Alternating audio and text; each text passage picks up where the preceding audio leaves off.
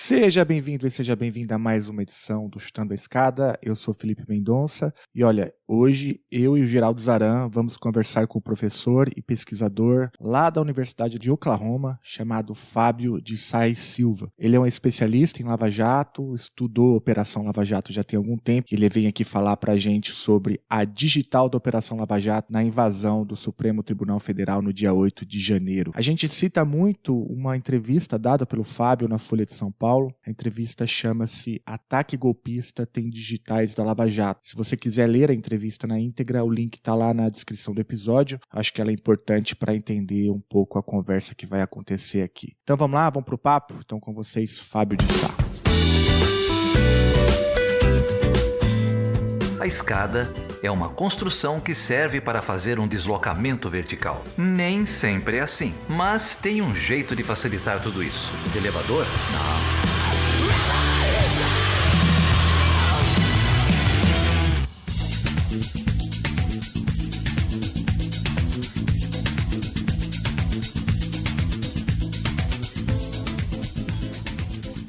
Bom, Geraldo, então a gente está aqui com Fábio de Sá e Silva. Ele já esteve aqui, inclusive, falou sobre as midterms, né, no ano passado, e hoje ele cumpriu uma promessa que foi feita lá naquele episódio, no finalzinho ali de 22, e voltou aqui para falar sobre Lava Jato, sobre essa conjuntura política brasileira, lawfare e tudo isso.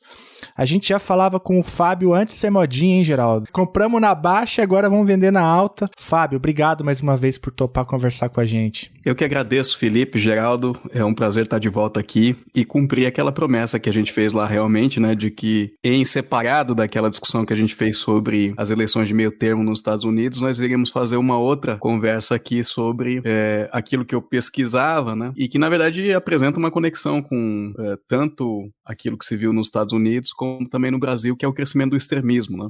O meu argumento, a gente vai tratar disso aqui, é de que parte da radicalização política que resultou nos ataques do que eu gosto de chamar de Capitólio brasileiro, deriva um pouco da Operação Lava Jato e a maneira como ela ajudou um pouco a cultivar, né, essa indisposição da sociedade em relação às instituições. Então vamos lá. A Lava Jato, ela ocupa, né, um peso enorme na política brasileira, com altos e baixos, né? Hoje há um corpo de pesquisadores, você incluído, com uma leitura mais crítica sobre a operação, mas lá atrás isso não era tão simples, né? Havia quase que um consenso de que a operação ela era algo importante que estava acontecendo no Brasil. Algumas vozes dissidentes aqui ou ali, dizendo que a Lava Jato estava atropelando alguns processos e somando, né, esse coro da antipolítica. Mas a Lava Jato, para você, como pesquisador, surgiu quando? Você, desde o início, você já vai se interessando? Como que surge esse tema a ponto de você começar a monitorar, a criar o banco de dados, a fazer esse levantamento sistemático, né, do que os promotores, procuradores e o juiz diziam nas redes sociais e em entrevistas? Felipe, como cidadão e como estudioso das relações entre justiça, profissões jurídicas, sociedade, eu sempre me interessei pela Lava Jato. Eu acompanhei né, tudo o que acontecia na operação, lia muito sobre cada fase da operação, assistia aqueles vídeos que eram divulgados com os depoimentos dos réus, né? Tudo isso eu me interessava muito. E a minha esposa brinca comigo, ela fala que eu tenho memória de elefante, porque de fato eu vou retendo mesmo, né? Esses elementos nas coisas que eu começo a prestar atenção. Mas, enquanto um objeto de pesquisa mesmo, eu só me interessei pela Lava Jato em 2019. E isso por quê? Porque naquele momento eu estava encerrando um conjunto de projetos que eu tinha executado, né? A partir de 2017, sobretudo quando eu iniciei a minha trajetória aqui na Universidade de Oklahoma, e eu precisava produzir, né? A gente, para ganhar tenure, né, promoção, a gente tem que produzir. Então, ali em 2019, eu estava à busca de novos objetos, né? E a Lava Jato estava passando na minha frente, como estava passando na frente de todo mundo, porque a gente tinha tido a Vaza Jato naquele ano, a gente tinha tido também a eleição do Bolsonaro e a ida do Sérgio Moro para o governo. Então, enfim, o legado da Lava Jato, por exemplo, estava sendo muito questionado já naquele momento, né? De maneira diferente do que era anteriormente. Aí eu concordo com você que durante alguns anos a Lava Jato ganhou um passe aí, sobretudo da mídia, né? Mas também da própria academia. Na academia houve muita gente que se encantou com a Lava Jato, a gente pode falar um pouco disso depois, que eu até tenho algumas ideias sobre o porquê isso acontece. Mas a Lava Jato estava passando na minha frente, só que eu não, né, tentava... como é que funcionam as coisas na academia? Eu acho até legal falar isso um pouco também para a audiência entender a nossa lógica, né? A gente tem que pesquisar alguma coisa para agregar um entendimento a respeito dessa coisa. E nesse sentido, a Lava Jato era um objeto ruim para mim, porque eu olhava para todos os lados, conversava com amigos, estava todo mundo estudando a operação, e os ângulos que eu potencialmente poderia adotar, dada a minha formação, as minhas capacidades de pesquisa, já estavam, né, relativamente bem cobertos. Então, por exemplo, uma questão era saber se a Lava Jato tinha ou não tinha viés, né, político, que é uma coisa que você pode olhar a partir da análise das condenações, a partir da análise de quem ficou preso. Isso, do meu ponto de vista, já estava bastante coberto, né, por pessoas aí como a juíza Fabiana Alves, que escreveu um livro excelente, né, mostrando que a Lava Jato teve um viés contra políticos em relação a empresários e contra políticos da esquerda em relação a políticos do centrão e da direita, né? Um outro ângulo, por exemplo, seria analisar o caso Lula, que é um caso riquíssimo, né, onde você tem, enfim, várias questões ali que são suscitadas, mas também já tinha muita gente, teve aquela turma que escreveu aqueles livros sobre a sentença, sobre o acórdão, né, tudo isso já estava um pouco analisado. E aí eu estava já desistindo, né, achava que a Lava Jato não seria esse novo projeto, esse novo objeto de pesquisa com o qual eu ia trabalhar nos próximos anos. Aí entra uma história curiosa. Eu estava no Brasil, passando férias, peguei o carro, estava viajando ali pelo interior de Goiás, né?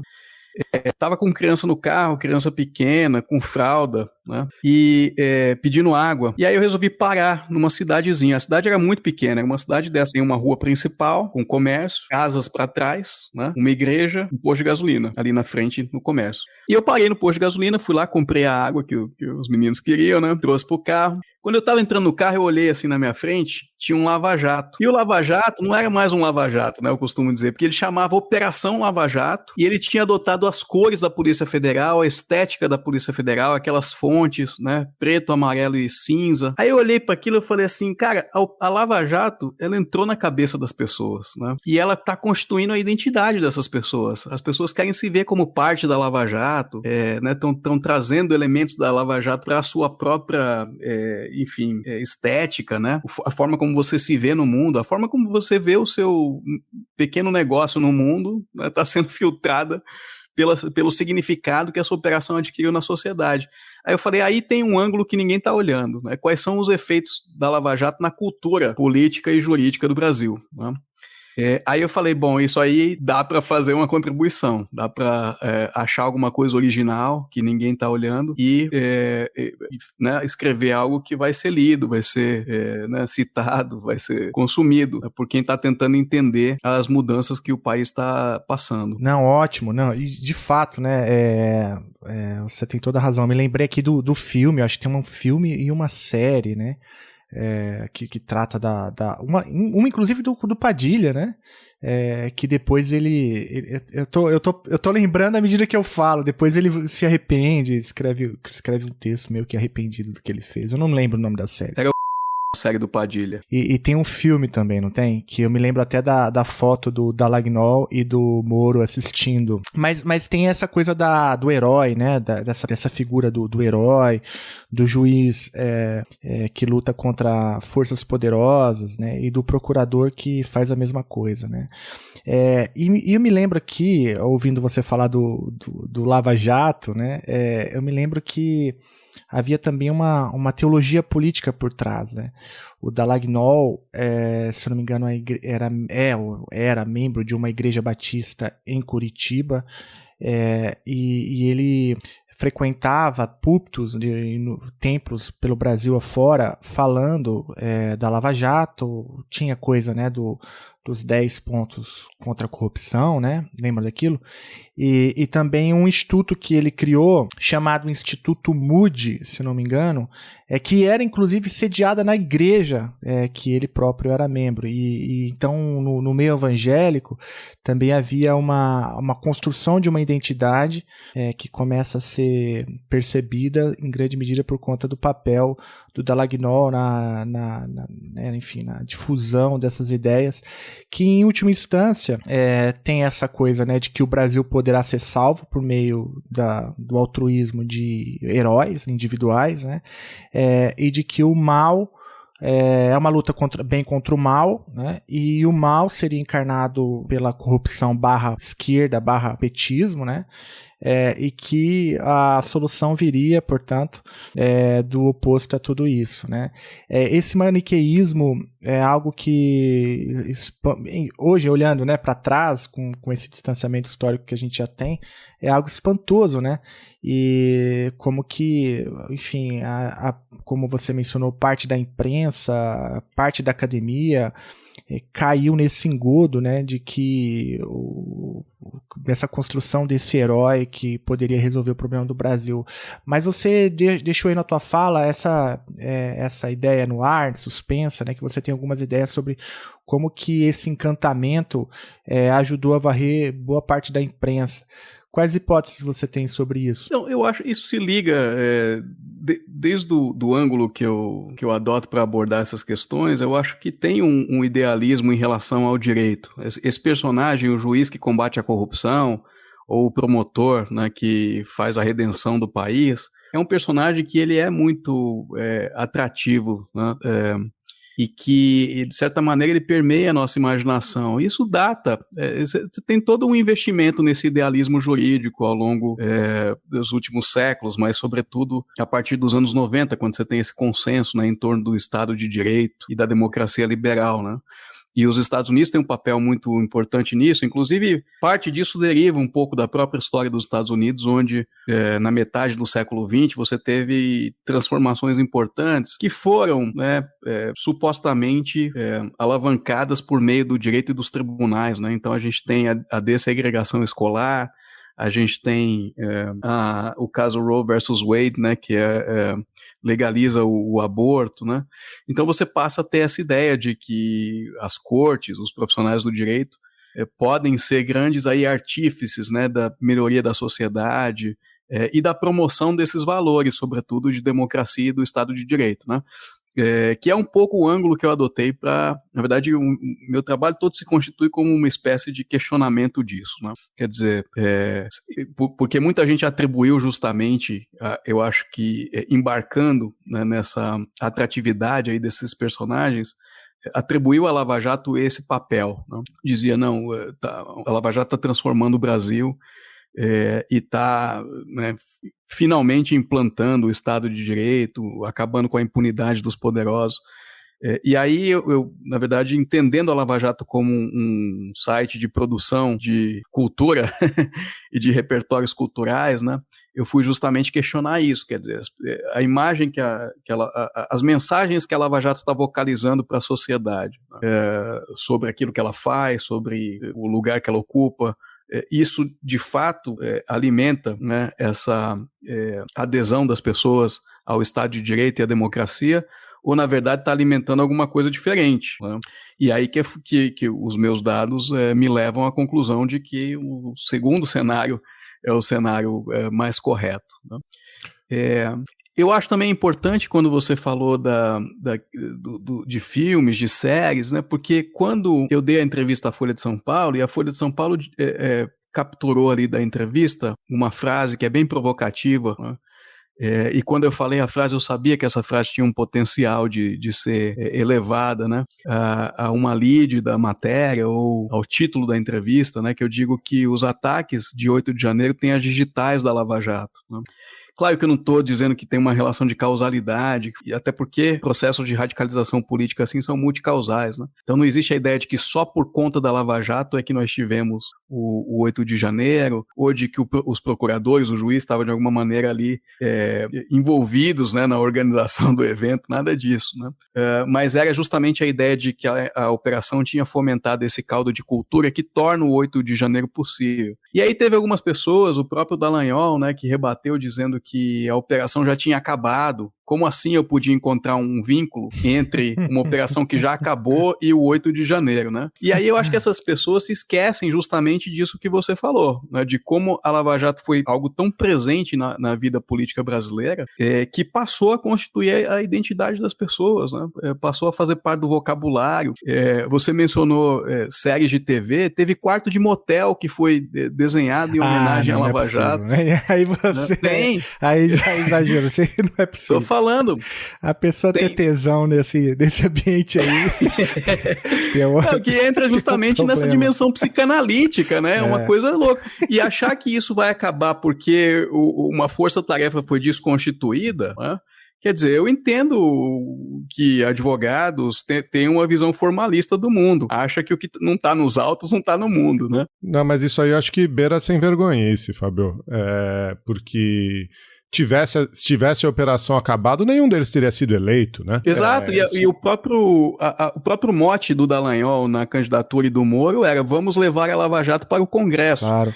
Então, quer dizer, ontem ele estava dizendo que ele representava a continuidade da Lava Jato. Hoje ele diz que a Lava Jato morreu e que não pode ser responsável por nenhum evento político subsequente. Eu também acho um pouco forçado esse tipo de argumento, né? Mas, enfim, do meu ponto de vista, como um fenômeno cultural, né, de produção de cultura, de elementos que passam a fazer parte da cultura, a Lava Jato teve e ainda vai ter muitas repercussões no desenvolvimento histórico brasileiro, né, ainda pelos próximos anos. A morte do Getúlio, que foi um evento de 70 anos atrás, até hoje a gente pensa no significado dela, né? Essas coisas assim, elas não acabam do dia para a noite, não. Elas continuam produzindo efeito. A derrota do Brasil na Copa de 50, né? Quer dizer, isso marcou a identidade do país até a Copa de 58, quando o país ganhou, né? Existia a ideia de que o Brasil não seria um país inapto, né? Porque perdeu a Copa do Mundo na sua própria casa. Então essas coisas que têm grande significado cultural, né, elas produzem efeitos ainda por muito tempo. O PT ficou fora do governo por 6 anos e tudo que acontecia de ruim no Brasil era culpa do PT, né? Achar que esses fenômenos históricos não tem cauda longa é beira a ingenuidade, né? Mas eu queria te fazer uma pergunta, mas antes de fazer, vou montar uma cama aqui, Fábio. Eu queria que você falasse mais da sua pesquisa, em termos, né, de quais foram as fontes que você... A gente já entendeu que você está olhando para a Lava Jato como um fenômeno social e cultural, como esse locus aí de criação de cultura, de ideias, né? Mas eu queria entender um pouco, né, que fontes você usou, como é que você foi chegando nessas fontes, que método você foi usando para extrair essas conclusões, e quais são, né, em linhas gerais.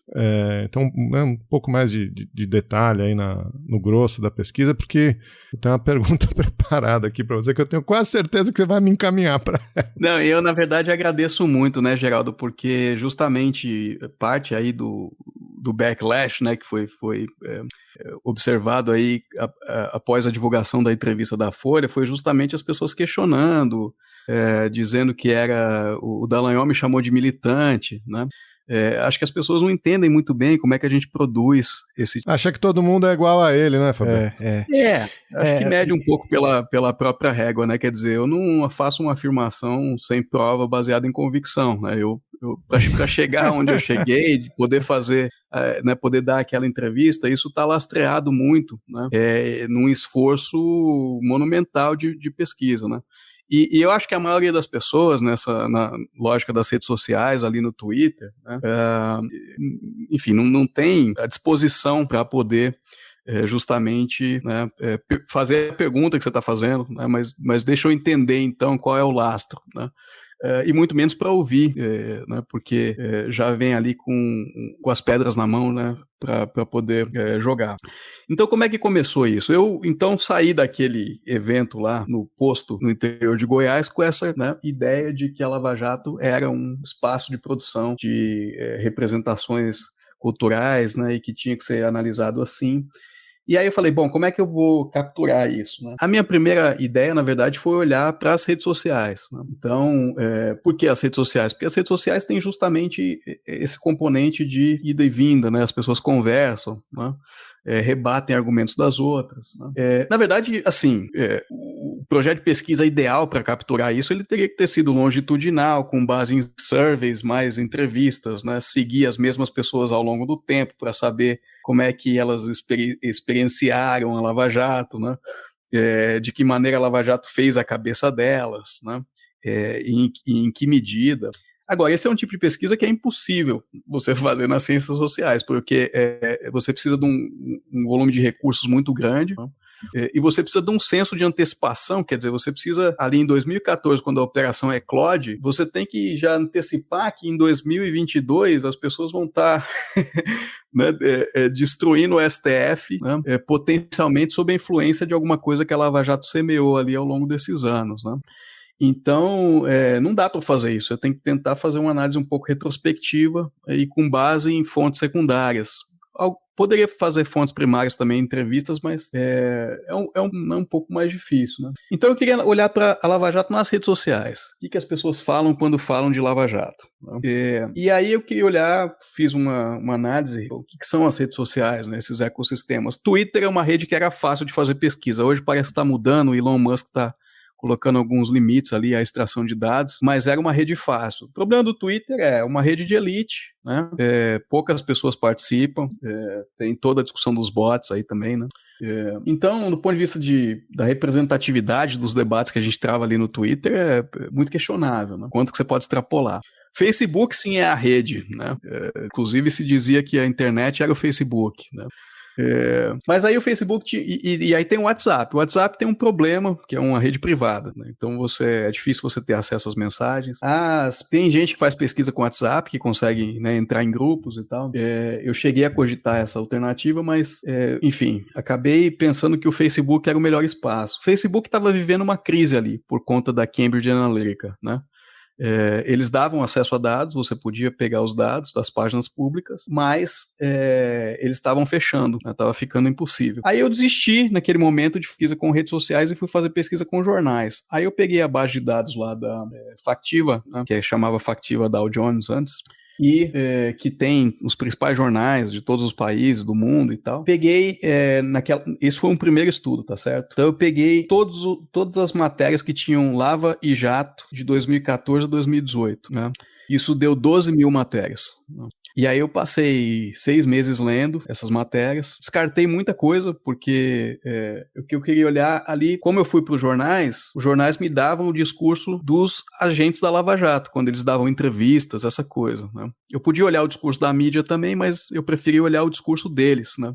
E aí desses 12 mil, descartei muita coisa, porque tinha, né, algumas declarações muito superficiais, quando fazia uma nova fase da operação, o Dallagnol ia lá, falava, essa fase é para isso e tal, e não elaborava muito. Mas eu localizei nesses 12 mil registros 194 entrevistas mais longas que esses personagens deram, né, nesses 4 anos, né, de 2014 a 2018. E aí isso dava mais de 1.000 páginas de texto e eu fui olhar então para essas 1.000 páginas, né, fazer codificação ali dos dados e entender qual que era. Acabei chamando isso da gramática política da Lava Jato, né? E qual é a mensagem que a Lava Jato tem sobre democracia e Estado de Direito a partir do discurso, e aí acabou ficando muito dos procuradores e muito mais ainda do próprio Deltan, porque ele é o que falava mais. O Moro falou muito pouco nesses 4 anos, né? Os procuradores falaram muito, e dentre eles o Dallagnol. E aí essa gramática política eu disse lá, que era uma gramática política, eu chamei de iliberal, né? Na verdade tem um autoritarismo muito grande, porque eles começam a operação dizendo que eles estão fazendo a operação para implementar a lei, né? E aí, alguns meses depois, eles começam a dizer que a lei é um obstáculo, na verdade, porque a legislação brasileira protege os corruptos, então, na verdade, você tem que mudar a lei, né? Na verdade, antes disso tudo, tem uma caracterização da corrupção como uma ameaça existencial à nação, um câncer, né, que está corroendo as entranhas da República, etc., né? E aí, para combater essa ameaça, a lei, num primeiro momento, é um instrumento, mas depois ela passa a ser insuficiente. E aí é onde vem a campanha para mudar a lei, por meio das 10 medidas, né? E aí vem também um movimento de deslegitimação de quem quer que se colocasse contra a mudança na lei desejada, né? Demonização, se você não aceita a mudança que a gente está propondo, você está com os corruptos, né? E aí tem alguns momentos cruciais onde a lei se coloca realmente como um obstáculo, e nesses momentos existe uma retórica de que é legítimo você contornar a lei, né? Você violar a lei, inclusive, em função da gravidade daquela ameaça existencial. Então esse foi um primeiro estudo que eu fiz, né? com base nessas mais de 1.000 páginas, 194 entrevistas, identificando isso que eu chamei de uma gramática política, né, que tem essa conotação bastante autoritária. Posso te pedir para repetir, Fábio, só para frisar esse ponto aí, já que você falou que tem gente questionando. Quantas páginas e quantas entrevistas? 194 entrevistas, mais de 1.000 páginas de texto. Né? Eu passei meses, várias noites lendo isso, tudo. Né? Eu consigo lembrar de detalhes quando se discute a Lava Jato, assim, que as pessoas ficam incrédulas, né? Porque eu falo, não, mas aí teve uma entrevista do Dallagnol em 2015 em que ele falou isso. Teve, por exemplo, essa, né, o Felipe comentava a questão da igreja, né, foi numa igreja que ele deu uma entrevista falando que a corrupção mata, né, e que a pena para a corrupção tinha que ser a mesma pena para o homicídio, né. Muito interessante. Mas, enfim, aí esse estudo teve uma repercussão interessante, ele foi publicar, a DW fez uma entrevista comigo, divulgou, ficou um estudo super citado, né? Mas foi um debate interessante que ele gerou. Mais ou menos quando eu estava terminando esse estudo, ele estava sendo publicado, eu consegui uma alternativa para acessar os dados do Facebook. Uma alternativa bastante aquém, né, do que eu gostaria, porque eu trabalhei com uma ferramenta de monitoramento de redes sociais que recuperava posts até 2 anos para trás, né? Então a gente já estava falando aí em 2019, eu conseguia recuperar posts no Facebook de 2017 a 2019. Aí eu fui olhar então, né? Todos os posts, mesma coisa, todos os posts com Lava e Jato de 2017 a 2019. Né? Foram 220 mil posts que foram identificados, né?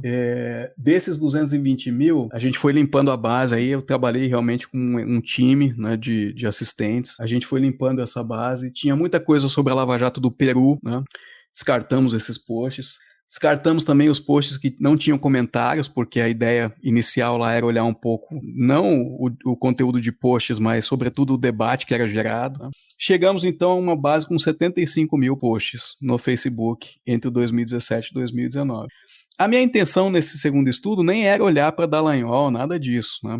Até porque na minha cabeça eu já tinha compreendido qual que era, né, a mensagem que o Dallagnol tinha transmitido sobre democracia e Estado de Direito no contexto da Lava Jato.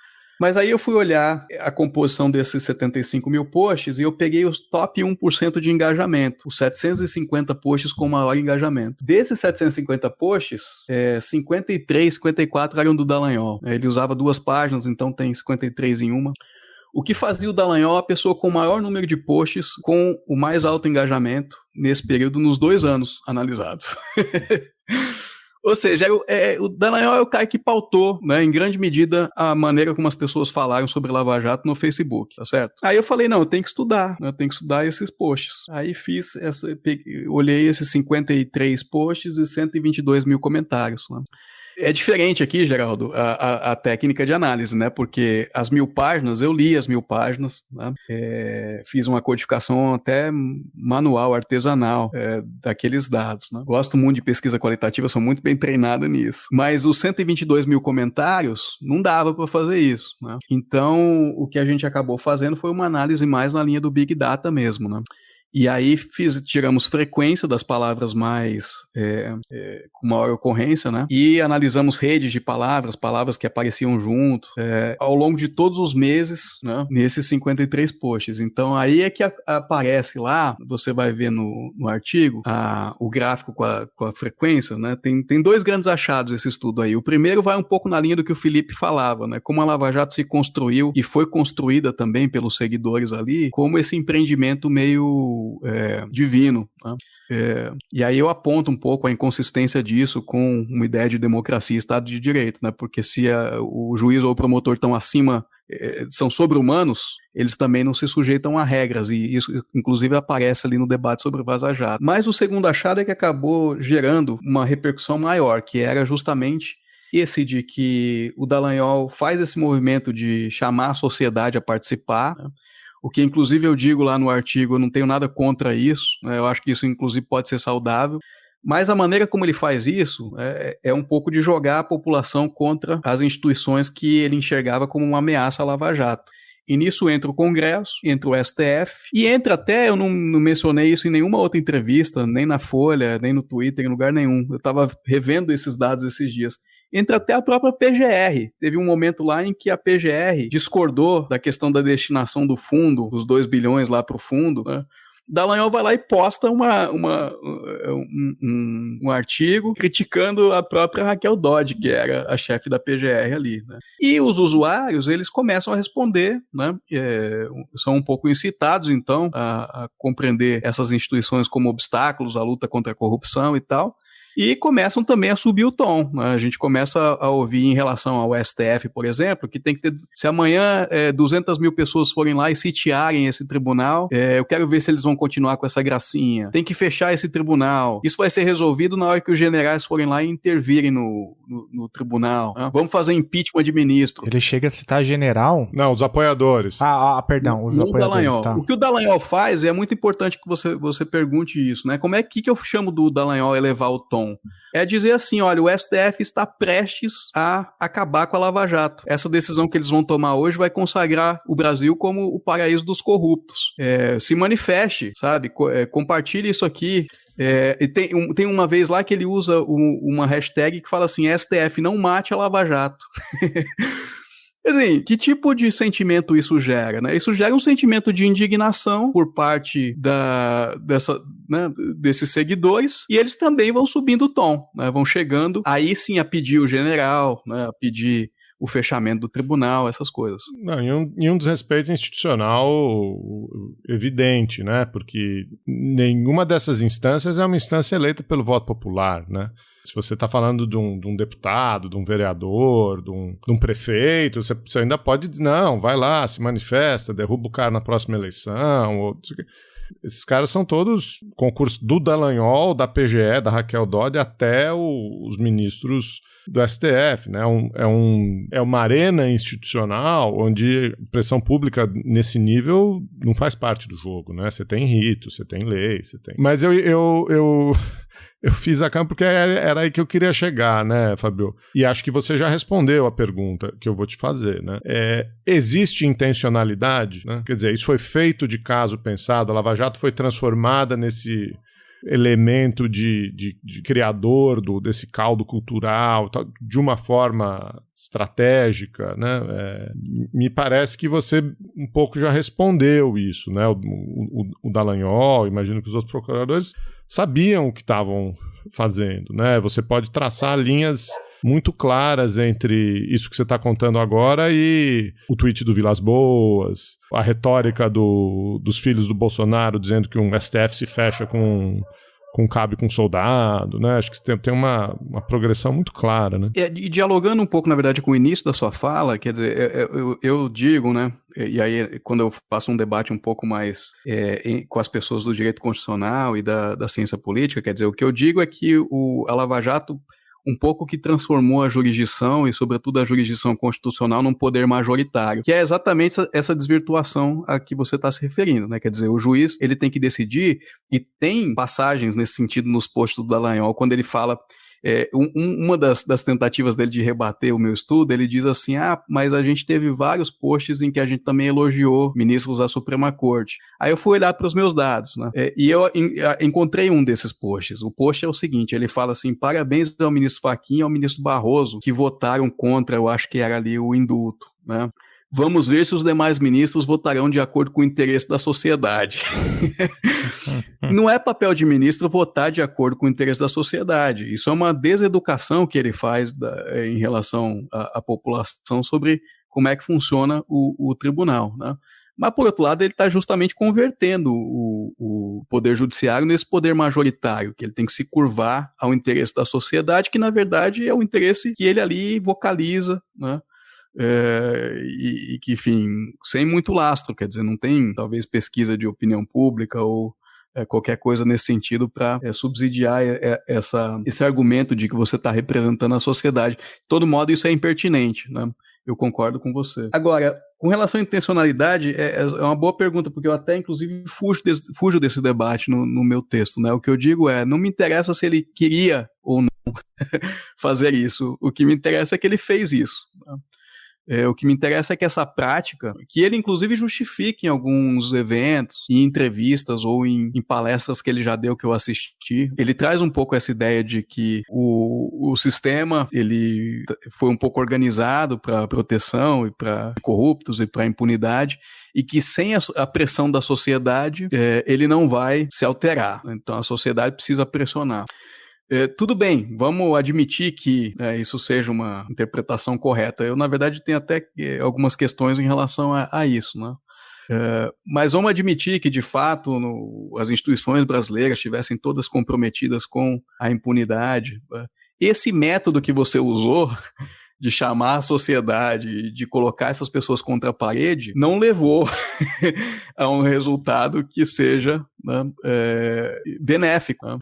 Ele levou à criação de desconfiança em relação a essas instituições, né? E que, no meu ponto de vista, cria as condições de possibilidade para que as pessoas entrem num prédio do STF e depredem tudo, né? Eu até costumo citar aí em entrevistas a passagem lá do livro do Tocqueville, onde ele fala sobre a Revolução Francesa. Ele diz: a Revolução Francesa não aconteceu quando as pessoas tomaram a Bastilha, né?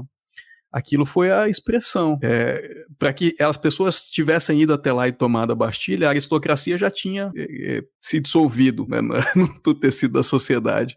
E aí você cria a possibilidade para que elas vão lá e tomem a Bastilha, né? Da mesma forma, eu acho que as pessoas que tomaram ali o STF de assalto e quebraram tudo, para elas o STF já não valia mais nada, né? E eu acho que tem aí uma contribuição da Lava Jato para isso. Não é a única força que leva a isso. Na verdade, a gente tem o bolsonarismo também encampando isso, né? E promovendo ativamente essa ideia de que o Supremo era um inimigo do povo, né? Mas isso, até onde eu posso rastrear, tem ali, se não um início, mas um momento importante na Lava Jato. E aí eu só queria comentar uma última coisa, Geraldo. Você mencionou o vídeo, né, do Eduardo Bolsonaro quando ele fala do cabo e do soldado, né? Eu fui assistir esse vídeo a partir do impacto dessa entrevista. E é muito interessante esse vídeo, porque nesse vídeo, o aluno lá no cursinho, né, ele pergunta, ele fala assim: o que vai acontecer se por acaso o STF tentar impedir a posse do Bolsonaro? Nós estamos falando aí das eleições de 2018. E aí o Eduardo Bolsonaro responde assim: olha, eu acho que eles não vão ser loucos de fazer isso. Agora, se eles fizerem, ele até diz assim, tecnicamente é possível, de repente eles levantam lá alguma irregularidade menor na campanha e tentam fazer tomar uma decisão, né, de declarar que o meu pai não desrespeitou a legislação eleitoral e, portanto, a eleição dele é nula. Mas eles não vão ter coragem de fazer isso, eu acho. Agora, se eles fizerem, e aí é que vem a coisa do cabo e do soldado, né? O cabo e do soldado, na verdade, manifestam um desprezo pelo tribunal, que ele diz assim, para fechar, basta mandar um cabo e um soldado. Por quê? Porque ele fala assim, veja o Sérgio Moro, aí ele fala isso. Ele fala assim, veja o que o Sérgio Moro faz. As decisões dele, nenhum tribunal tem a coragem de rever. Então ele diz assim, nós vamos fazer igual, nós vamos para cima, né? Nós vamos colocar o tribunal contra a parede, e eu duvido que eles vão né, ter a coragem de sustentar uma decisão dessa, né? E o cabo e o soldado vem um pouco nesse contexto, de dizer, olha, não é preciso colocar tanques, né? Basta um cabo e um soldado, né? Porque você enfraquece o tribunal a partir da pressão popular, e aí é muito fácil de poder, né, se livrar desse inconveniente. Eu acho que isso para mim mostra muito claramente como o bolsonarismo, nesse aspecto dos ataques ao STF, ele bebe do lavajatismo. Por mais que as pessoas tentem negar isso. Você fugiu um pouco da discussão da causalidade, e a gente ficou muito claro, né? Porque do ponto de vista científico não dá para atribuir uma causalidade, considerando os dados que se tem. Mas a hipótese da digital, que é o que você citou na entrevista da Folha, ela está mais do que comprovada, né? E se a gente avançar no tempo, veja, você mencionou rapidinho aqui sobre a plataforma de campanha do Dallagnol. Era essa, veio o santinho do Dallagnol, vamos levar a Lava Jato para Brasília, para o Congresso Nacional. Não tem como esse cara desvincular, é uma aberração ele querer flertar com essa ideia. E mesmo em 22, teve também um caso do Dallagnol, não me lembro agora exatamente o mês, mas quando ele fala que o STF é a casa da mãe Joana, ele usa esse termo, e que depois dá um chabu e ele tem que deletar o vídeo, né, por ordem, se não me engano, da Carmen Lúcia, eu não me lembro exatamente os detalhes aqui, talvez você lembre e me corrija se eu tiver alguma coisa errada, mas não tem vários ataques, né, tanto lá de trás quanto agora. O Deltan, ele vem frequentemente atacando o Supremo Tribunal Federal, de modo que, sim, ele contribuiu de maneira cabal para essa digital, né, de descrédito ao STF, que é o foco aqui da conversa, que, sim, contribui para esse caldo cultural que levou o ataque de 8 de janeiro. Então, essa digital, eu acho que ela está mais do que clara. Agora, sobre o Deltan especificamente, porque a Lava Jato são várias Lava Jatos, né? Tem a Lava Jato do Rio, que é um caso à parte, né? Com aquele juiz bombadão, eu não lembro o nome dele. Tem dentro da própria da própria ali, República de Curitiba, você tem o Moro, você tem ali Pozobon, Dalagnol, tem a Hélio Telho, que eu sei que te ama também, né? Tem uma outra que eu esqueci o nome, que até me bloqueou no Twitter. Enfim, tem várias forças ali, né? Mas o Dalagnol, especificamente, eu acho que tem um messianismo por trás, assim. É uma leitura meio messiânica dele próprio. E talvez porque eu acompanhei bastante o Dalagnol dentro dos tempos batistas, né? Que é até por histórico de família e tal. Isso ficou muito claro pra mim. Então eu não sei, Geraldo e Fábio, se de fato ele tinha a intenção, né, clara de se inserir em determinada forma no jogo político brasileiro, mas ele tinha uma teologia por trás, né, que basicamente entendia o Dalagnol como um ungido do Senhor, né, e que estava fazendo um trabalho ali, um trabalho espiritual. E aí, antes de passar, Geraldo, eu me lembro muito de uma cena do Dalagnol indo até a Igreja Batista de Dalagoinha, a convite do agora conhecido, né, pastor batista André Valadão, que fez todo esse papelão aí nas eleições, e ele, inclusive, quando o Dalagnol começa a falar, alguns membros da igreja, em protesto, se levantam do culto e vão embora. E o Valadão, ele dá um esporro, mas assim, isso deve ter fácil no YouTube, ele dá um esporro na igreja, né? E reafirmando o Dalagnol como um homem de Deus, um homem ungido, um homem que estava sendo usado por Deus. Então toda uma mística, né, religiosa, fundamentalista, que eu acho que ajuda a entender um pouco o papel aí, falando especificamente do Dalagnol. Mas vai lá, Geraldo. Não, para amarrar esse seu comentário e o comentário anterior do Fábio, e aí, Fábio, eu vou deixar aqui no ar. Algum dia a gente vai ter que fazer nesse podcast aqui uma investigação nessa Igreja Batista da Lagoinha aí, porque o Felipe, a cada 2 episódios ele menciona essa galera, então a gente vai ter que fazer uma investigação. Mas, lógico, eu tinha feito a pergunta da intencionalidade quase como uma provocação barata, né, Fábio? Eu acho que você tá certíssimo, né? A gente não consegue atribuir essa relação entre ideia e ação, e a sua resposta foi perfeita. O que me importa é o efeito que ela causa, né? O que me importa é o efeito da ação, é o que eu consigo medir e verificar, né? A intencionalidade, ela fica num outro plano. Mas, ouvindo vocês dois falarem, eu acho que, no mínimo, né, se a gente ainda assumir essa boa intenção do Dallagnol de lutar contra um sistema que é inerentemente corrupto, o mínimo que a gente tem que dizer dele é que ele é incompetente, né? No mínimo. Tanto que ele teve que pedir, né, a exoneração também. Porque não se muda uma estrutura política dessa maneira, né? Se outorgando um direito divino. Tanto que quando eles foram para a arena da política, eles foram jantados, né? Todos eles sucumbiram. Quer dizer, no mínimo uma ingenuidade que você conseguiria fazer um movimento de massa que levasse a alguma reforma duradoura, né, na estrutura legislativa brasileira, na estrutura de investigação, de penalidade, enfim, essas 10 medidas que não foram a lugar nenhum, etc. Né? Porque, como diz o nosso colega Cláudio Couto, fora da política não tem salvação. Né? Essa luta é uma luta eminentemente política. Ela não é uma luta que você quer reformar as instituições brasileiras, você quer reformar o Código Penal, você quer reformar, sei lá, o sistema de licitações, o que ser. Essa luta é uma luta eminentemente política. Você não tem uma resposta externa a isso como eles tentaram dar. Então, mesmo se você assumir uma boa intenção, que eu não assumo, né? Eu acho que existia um projeto político ali, né? Mas mesmo com tudo isso, são ingênuos e incompetentes, né? Para falar o mínimo, né? Porque não tinha o que sair daí, como não saiu, né? O Moro foi ser ministro e depois foi... Eu me lembro que quando deu a Vaza Jato, a gente trouxe o Celso Barros aqui, e eu perguntei para ele assim: ô Celso, qual que é o futuro político do Moro? Ele vai ser prefeito de Curitiba ou deputado? E aí o Celso deu risada e tal, falou assim: não, ele é presidenciável. Presidenciável é uma ova, né? Quer dizer, não chegou, não conseguiu chegar, nem ele, nem...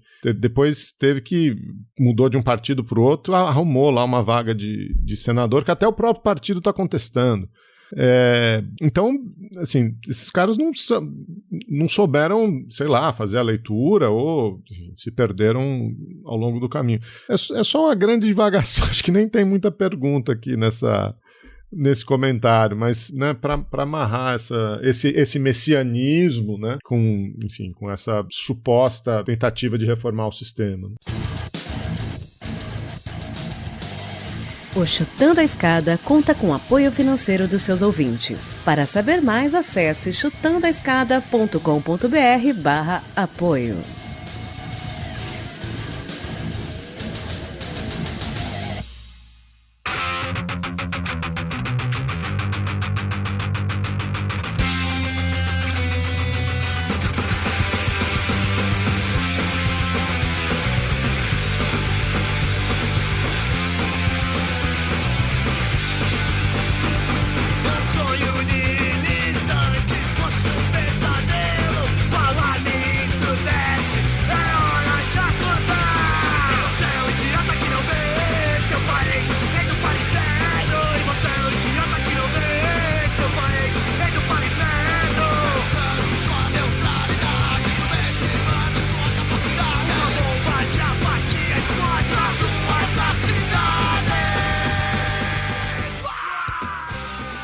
Eu queria falar duas coisas. Uma, em continuidade àquela sua observação sobre as postagens, né, do Dallagnol. Eu, conversando com as pessoas, porque tem muita gente que fica surpreendida com os resultados dessa pesquisa, né, Geraldo e Felipe? É interessante isso, porque tem muita gente que diz assim: é óbvio, né, o que você está falando, né? Você está trazendo dados e tal, mas a gente sempre percebeu que tinha esse tipo de comportamento antidemocrático e tal. Tem gente que fala assim: nossa, mas eu não tinha me dado conta, deixa eu ver então, né? E eu acho também que faz parte totalmente aí do meu conjunto de premissas, né? Que as pessoas muitas vezes absorvam essas coisas sem prestar atenção mesmo, né? Esse que é o poder da cultura. E para mim, algumas coisas também foram surpreendentes na hora que eu encontrei, né? Mas aí eu fui conversando com algumas dessas pessoas, eu fui olhar então o Facebook do Dallagnol, né? E aí você tem, de fato, por exemplo, essa postagem que ele diz que o STF virou a casa da mãe Joana, né? E ele pergunta para as pessoas o que é o STF na sua opinião? Aí os comentários são assim: uma quadrilha togada, arrogante, golpista, ativista e ideologicamente corrupta. É o atraso do Brasil, é comandar com freio de mão puxado, são ditadores que defendem a bandidagem. Passou da hora da PF tomar alguma providência sobre o STF. O STF mantém o Brasil na condição de país subdesenvolvido, né? E aí tem aquela famosa em que ele... isso deu até matéria do Valor Econômico, né? Que ele diz: quem é o responsável pela corrupção no Brasil? Faz um meme do Scooby-Doo ali, da Velma, né? Tirando a máscara do bandido, e aí sob a máscara do bandido tá a estátua da justiça ali da frente do STF, né? Isso tudo são posts agora de 2022, recentes, depois que ele foi para a política, né? Então, eu acho que ele leva um pouco para a política essa atitude, né? E é isso, eu falo para as pessoas: vai lá, visita a página dele que vocês vão ver que isso está bem claro, esse método. E o outro comentário que eu queria fazer em relação ao que foi dito pelo Geraldo, com o que eu concordo totalmente, é que esse é, de fato, um dos grandes problemas que eu vejo na Lava Jato, né? O que era a Lava Jato? Era uma operação anticorrupção manejada por procuradores, tinha um juiz, né? E você tem limitações ao que você pode fazer nessa condição, né? Eu sempre digo que a Lava Jato investigava algumas coisas que são muito complexas, né, que remetem à questão do financiamento de campanha, estrutura partidária no Brasil, presidencialismo de coalizão, né?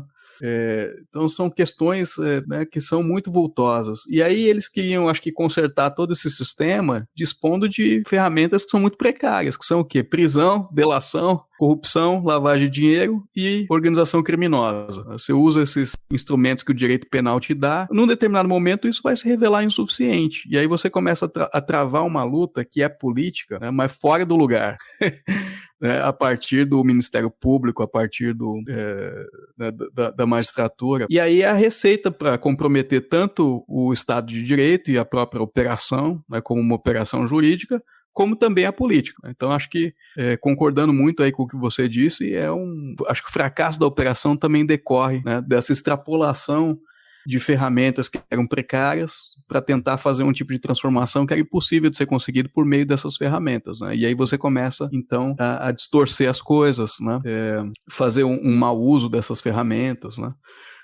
E misturar as estações, como o Felipe dizia, quer dizer, você como procurador, né, não acho que seja o seu papel também, né, trazer esse tipo de, como ele mesmo dizia, cosmovisão cristã, né, para dentro de um processo e dizer que aquele processo é a redenção do país, numa luta do bem contra o mal. Quer dizer, você desloca muito o plano em que essas coisas deveriam funcionar, né, para um plano que é muito mais escorregadio. E de fato depois, né, com o distanciamento, a gente começa a perceber que essa politização da operação, ela se manifestou, enfim, basta ver o que o Deltan Dallagnol virou, o que Sérgio Moro virou, o que a esposa do Sérgio Moro virou, enfim, o que virou tudo isso, né? Se colocaram na política, dentro de um lugar ali meio estranho, né? Porque não encontraram mais morada dentro da extrema-direita, porque o Bolsonaro acaba com a operação, não encontra espaço no Centrão, porque desde o início sempre identificaram no Centrão um grande problema, né? Da corrupção. Na esquerda não precisa nem se falar, então estão meio flutuando ali, tanto que, sei lá, o partido do Moro é base do governo, né? Embora eles digam que não sejam e tal. A política é muito louca, né? E o Deltan também fazendo um papel meio ridículo ainda nas redes sociais. Mas se me permite um comentário lateral, tem uma coisa que o Deltan fez direito, ele mostrou, ele divulgou pro mundo o seu talento musical, né, Fábio? Na verdade, quem me segue nas redes sociais, de vez em quando eu sempre posto um videozinho tocando um violão, e eu toco muito mal, né? Eu tenho plena consciência. Eu estava fazendo aula no passado, mas aí não deu, por conta aí das agendas todas aqui da família, né? E minhas também. Mas eu estava tentando melhorar um pouco a performance. Mas eu tô... Pra quem não sabe, né? O Deltan retweetou um vídeo do Fábio cantando uma música, né?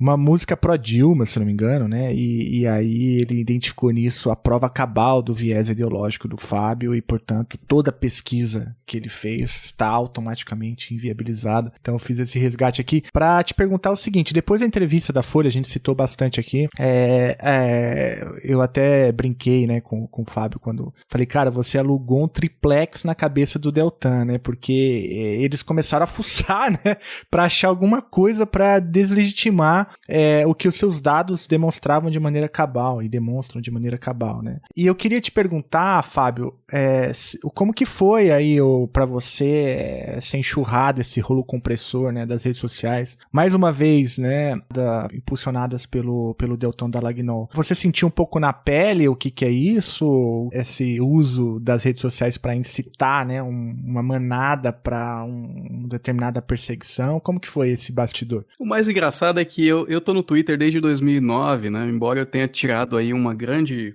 pausa, porque eu acabei que eu fiz muitas amizades ali, gostava muito ali do ambiente, mas acabei virando mais um usuário de Facebook durante muito tempo, porque eu gostava do textão, né? Eu gostava de fazer o textão. E aí deixei de lado o Twitter. Aí as pessoas, uns 4 anos pra cá, me falaram, não, você tem que voltar pro Twitter, agora que você, né, tá mais na academia.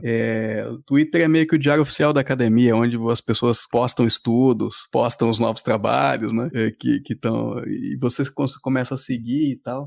E de fato, isso foi legal, né? De eu ter voltado. Eu voltei em 2019. Mas uma coisa que não era comum no Twitter quando eu comecei a usar em 2009, era a tal da treta, né? Que a treta, enfim, imagino que todo mundo aqui saiba, né? Você tem bate-bocas, assim, homéricos, né? Que duram um dia, dois, entre as pessoas, e aí entram apoiadores de um lado do outro.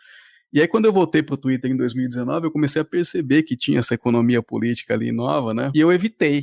Eu não entro em treta. A menos que eu tenha que, né, dar algum testemunho ou prestar solidariedade a alguém que eu acho que a situação é muito injusta, né? Mas eu vejo, assim, né, que essas tretas, elas acabam descambando, assim, né, para uma coisa que não é produtiva, né?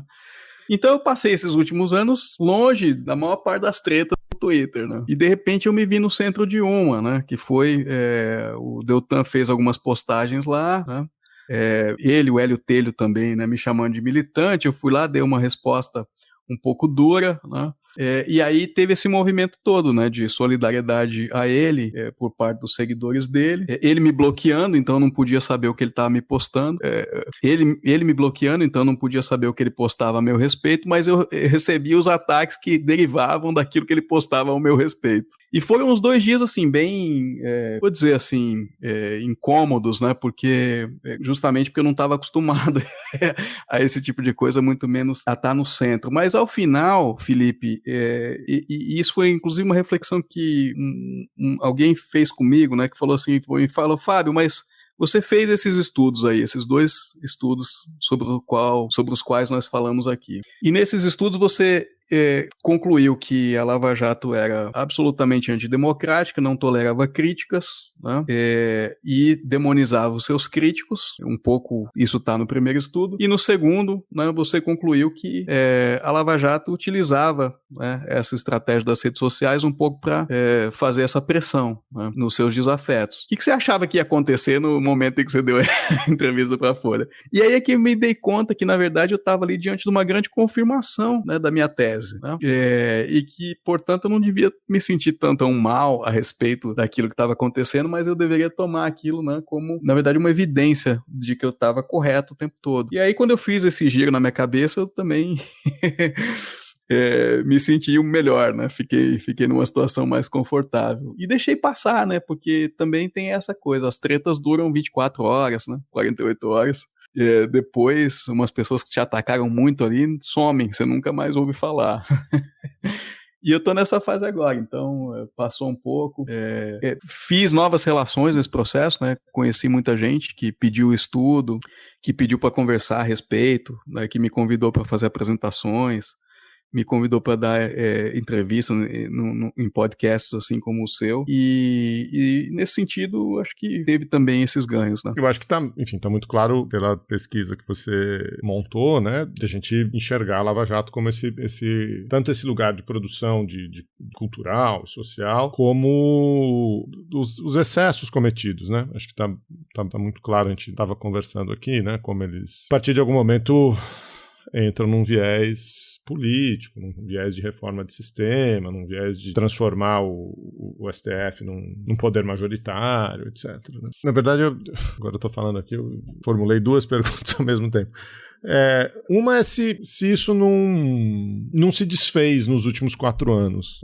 Eu acho que a partir da ida do Moro ao governo e a partir da própria Vaza Jato, do desmonte da operação, e aí a gente brincava aqui com o Dallagnol no começo, né, dizendo que a operação acabou, eu não tenho pé no 8 de janeiro. Não, claro que tem, né? Quem pariu o Matheus que o embale, mas se esse impacto, pelo menos como gerador desse caldo cultural, né, se o que a gente está vendo agora não é muito mais um resquício desse processo anterior do que efetivamente um ator social cultural relevante. Eu, por exemplo, acho que o impacto do Dallagnol, do Moro, daqui para frente vai ser muito residual, né? Queria a sua opinião. E a outra pergunta, essa sim numa tangente mesmo, e aí você responde na ordem que quiser, se quiser, é sobre a atuação do Alexandre de Moraes, que tem muita gente levantando essa bola, né? Já desde um pouco da eleição, mas principalmente agora, sobre os excessos, né, ou sobre, enfim, os supostos excessos que o Alexandre de Moraes estaria incorrendo, né, nessa resposta a esses atos fascistas, esses atos antidemocráticos, etc. Né? Eu tenho minha opinião, mas queria ouvir a sua também. Com relação à primeira pergunta, Geraldo, eu acho que a Lava Jato, de fato, foi perdendo um pouco de tração, né? E isso se deve às contradições pelas quais, né, ela teve que passar a partir de 2018. A ida do Sérgio Moro para o governo, né? E a Vaza Jato, como você mencionou, né? E depois a spoofing, né? Spoofing é um caso interessante, né? Porque o que aconteceu? Como é que é a história da spoofing? O Sérgio Moro era ministro, houve uma tentativa de hackeamento do celular dele, é ali onde acende a luz um pouco, né? De que esse hacker poderia estar ainda tentando grampear mais gente, né? E o Sérgio Moro, então, como ministro da Justiça, ele manda a Polícia Federal investigar isso. E a Polícia Federal, em 2-3 dias, prende o hacker, né? E apreende o computador dele com todos os áudios lá, com todos os dados das conversas. E o Sérgio Moro dá uma declaração que sai no jornal, onde ele diz que ele vai destruir os dados, né? O PDT entra com uma ação no STF falando que não pode destruir, porque aquilo é prova de crime. Inclusive, para condenar o hacker, você tinha que ter a prova material do delito, certo? Como é que um juiz resolve destruir a prova é uma coisa esquisita. E aí o ministro do Supremo dá uma liminar dizendo que não pode destruir. E aí fica lá o arquivo da spoofing, a defesa do Lula pede acesso, eles fazem uso ali frequente, né, de passagens. Isso ajuda também a mudar o humor do STF em relação ao próprio Lula, né, porque vai ficando claro, né, que a operação tinha uma outra conotação e tal. Mas você tem todas essas contradições, né? Quer dizer, é uma operação que se colocava como um conjunto de abnegados e técnicos que estavam fazendo um combate ali à impunidade, que iam reformar o sistema. Daqui a pouco eles estão dentro do governo Bolsonaro. Os chats demonstram que não tinha nada técnico naquilo, né? Enfim, e vai ficando mais difícil, né? Vai ficando mais difícil. Eu acho que hoje em dia a Lava Jato ainda tem um contingente de apoio. A gente vê isso, por exemplo, no Twitter, né? Tem muita gente, quando você posta um negócio, Sérgio Moro Dallagnol, vem gente que te criticar, você vai olhar o perfil, o cara tá lá, Lava Jato, né? Acima de tudo e Deus acima de todos. Mas tem um contingente ali ainda, eu acho que de fãs, né, da Lava Jato, mas acho que também considero isso residual e considero que vai ficar mais residual na medida em que essas contradições forem se aprofundando. Então, por exemplo, uma cena bonita da posse dos senadores, né, e da eleição da mesa do Senado que aconteceu há algumas semanas, é um abraço que o Renan Calheiros dá no Moro. Teve a câmera, foi lá, flagrou, o Sérgio Moro vem pra perto dele, o Sérgio Moro vem puxar o papo, Renan Calheiros traz o Sérgio Moro pra próximo dele, dá um abraço, os dois ali trocam alguns afagos, né? Quer dizer, à medida que essas pessoas se colocarem também na política, né, elas vão atrair para si um pouco daquele ônus que elas próprias, né, acusavam a política de gerar. Né? Porque política é isso, política você tem que abraçar, né, o seu adversário, você tem que compor tanto quanto você antagoniza, né? E isso acho que na cabeça de muita gente que foi justamente moldada, né, pela antipolítica, em parte pela própria Lava Jato, isso vai dar um tilt, né? Então acho também que o lavajatismo ele tende a perder essa relevância, né, como locus de produção dessas ideias, né? Mas isso, de novo, não anula o papel que ele teve no passado em produzir essas ideias, né? E nem anula o fato de que essas ideias estão sendo apropriadas em parte do lavajatismo, né? E, portanto, elas vivem a despeito do próprio declínio do lavajatismo, né? Com relação a Alexandre de Moraes, na verdade eu adoro essa pergunta porque eu estou pensando mesmo, né, em analisar essas coisas de maneira comparada mais para frente. Eu disse à Folha de São Paulo que ainda é cedo para a gente fazer uma análise, né? O Alexandre de Moraes está com esse inquérito aí há mais ou menos 2 anos, quer dizer, a Lava Jato durou 7, quase, né? E é como eu disse lá, vai depender muito de como ele pousar o avião, né? Se ele vai fazer um pouso suave, né? Ou se vai ser um pouso um pouco mais acidentado, né? O que eu chamo de pousar o avião? Não dá para achar que um juiz vai segurar a democracia brasileira, né, bloqueando perfil e prendendo gente, né?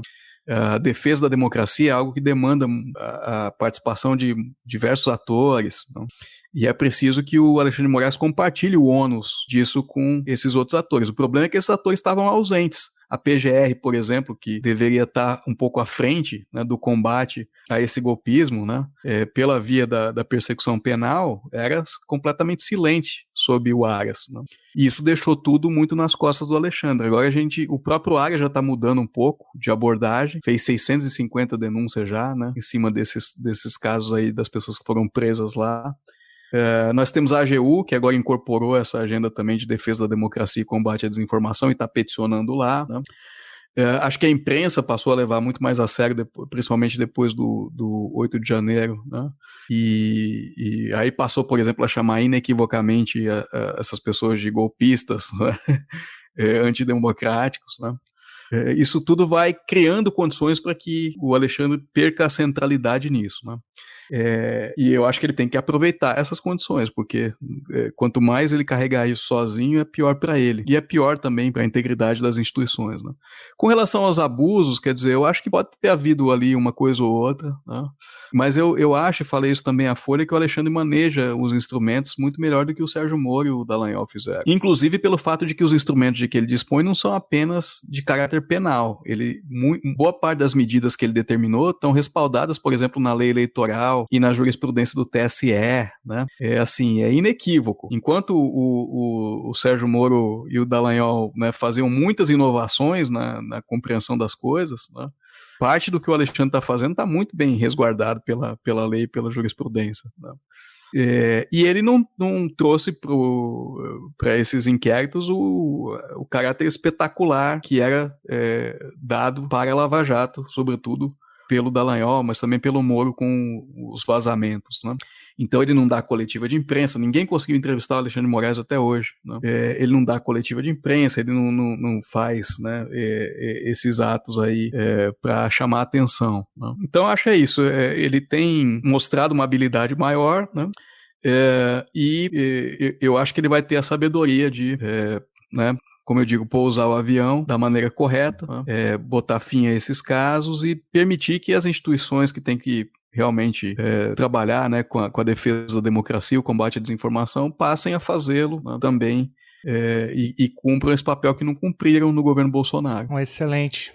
Vamos aguardar esse pouso aí. Tem a hipótese também da delegação, que é o próprio Celso Rocha de Barros vem trabalhando, né? Que eu acho interessante também, mas esse é um debate que eu acho que está posto e a gente vai ter que acompanhar.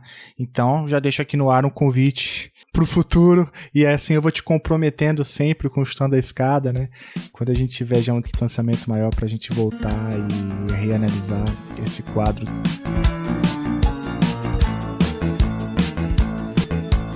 Dallagnol e Moro, Moro e Dallagnol. Um é tornozelo, o outro é pogobol. Um é minhoquinha, o outro é o anzol. Moro e Dallagnol, Dallagnol e Moro. Um é na Maria, o outro é o louro. Um é a vaquinha, o outro é o touro. Dallagnol e Moro. Fábio, obrigado mais uma vez, cara, por topar falar com a gente. Parabéns pela pesquisa. Força aí. A rede social, tem muita gente que emana ódio ali, né? Eu sempre chamei aqui o Twitter como a rede do ódio, né? Mas quem gosta, quem aprecia uma boa pesquisa com método robusto, como a tua pesquisa, tá aí, tá te mandando força, tá citando seus trabalhos e tá curioso para ver quais serão os desdobramentos da tua pesquisa. Então, parabéns. E fique firme aí, a gente precisa de bons pesquisadores olhando para o Brasil, para a gente entender esse vespeiro que a gente viveu, essa quadra histórica bizarra, né, que a gente se meteu e que espero que a gente consiga desatar esse nó. Obrigado mais uma vez, viu? Eu que agradeço, é um prazer imenso estar aqui com vocês, mais uma vez. E, na verdade, espero que eu cumpra aquela outra promessa que eu fiz no outro episódio, que é da gente se encontrar pessoalmente. É verdade, né? É verdade. Esse ano, eu tô com viagem marcada aí pro meio do ano. Passo em Minas, então mais próximo do Felipe, mas também sempre passo em São Paulo, né? Até por... Ossos do ofício. Planos de voo também, né? Às vezes, em geral, é muito mais fácil pegar alguns voos aí de São Paulo. E aí vou entrar em contato com vocês e a gente vai tirar aquela foto e postar nas redes sociais. Combinado. Fábio, super obrigado, cara. Um prazer te ouvir, muito esclarecedor, muito... enfim, foi fenomenal. Sua pesquisa, o trabalho, a clareza, a autoridade, como você apresenta os seus achados, suas conclusões. Tenho certeza que os nossos ouvintes vão aproveitar muito. Eu aproveitei muito. Parabéns e obrigado de novo. Dallagnol e Moro, deu até no UOL, Moro e Dallagnol. Juntos e Shallow Now, juntos e Shallow Now, juntos e Shallow Now. Mais que amigos, friends. Você acabou de ouvir mais um episódio do Chutando a Escada. Para apoiar, acesse chutandoaescada.com.br/apoio.